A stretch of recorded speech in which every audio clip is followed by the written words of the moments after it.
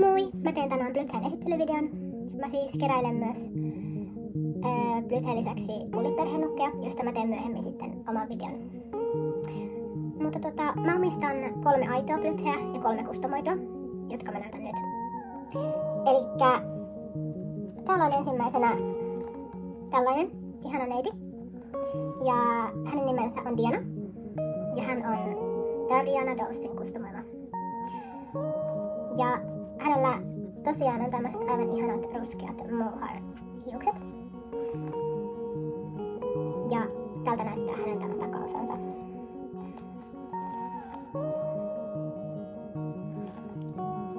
Hänellä on myös tällainen helmillä varustettu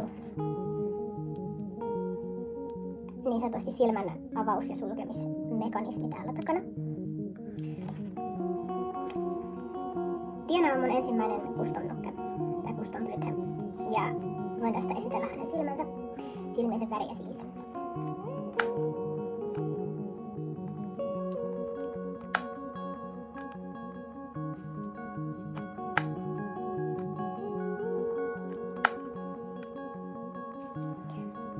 Hänellä on tällä hetkellä päällä Diana Dawsin itse tekemä mekko. Ja tällaiset rusetit. Kengät myös olen saanut Diana Dawsilta.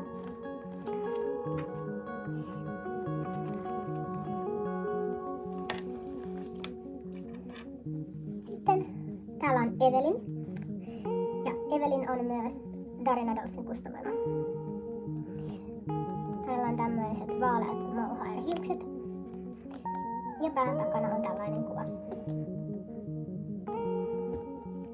Ja hänen silmämekanismin avaamis- ja sulkemisnarut ovat tämän näköiset. Evelynin silmät taas näytän seuraavaksi. Kun täältä ne saan ihanasti auki.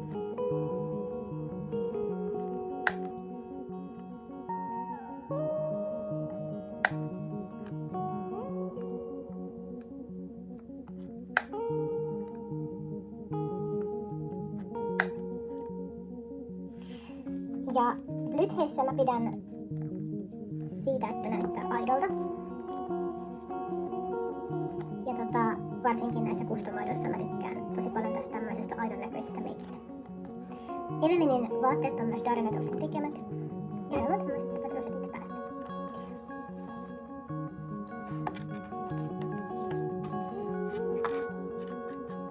Sitten seuraavana vuorossa on Poppy.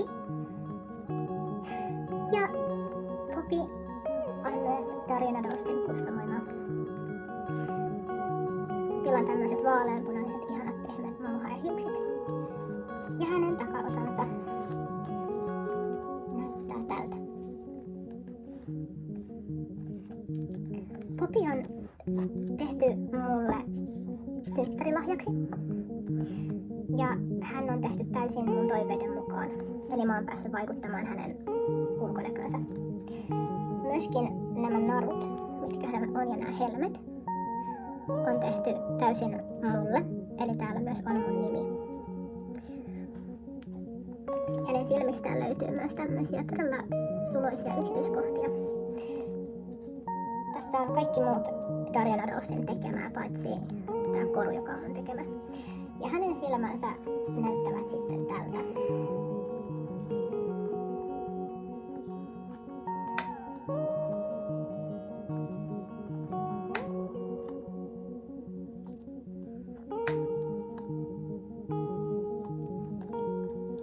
Poppy on siksi juuri mulle erittäin rakas, koska mä sain hänet 24-vuotissynttärilahjaksi.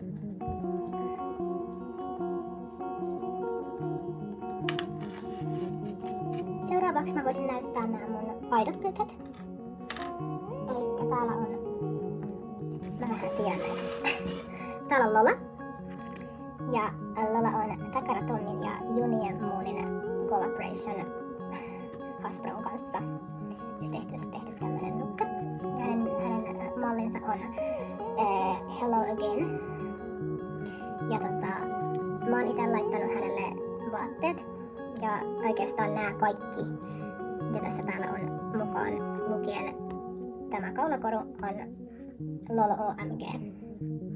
nuken varustuksia. Tää laukku ainoastaan on niin kuin sitten erikseen ostettu. Ja hänellä on tällainen metanauha.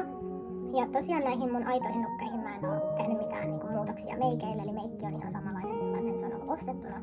Ja hiukset kans. Ja hänen silmänsä näyttävät täältä. Lola on mun ensimmäinen Blythe ikinä. Eli Lolan jälkeen mä vasta niin kun innostuin Blytheistä. Joo, tällainen hän on ihana. Pidän hänestä paljon.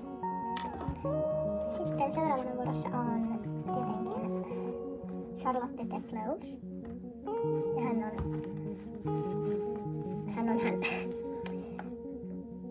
Hänellä on tämmönen kiva reppu, joka on ostettu Etsystä.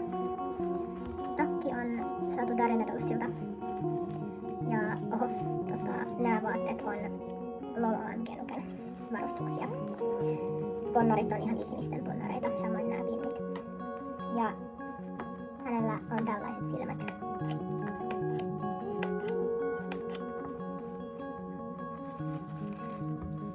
Reppu putosi. Siinä on Lola. Sitten täällä on Neela. Ja Neela on Aurelia Amphirite. Mä en tiedä, osasinko mä lausua sitä.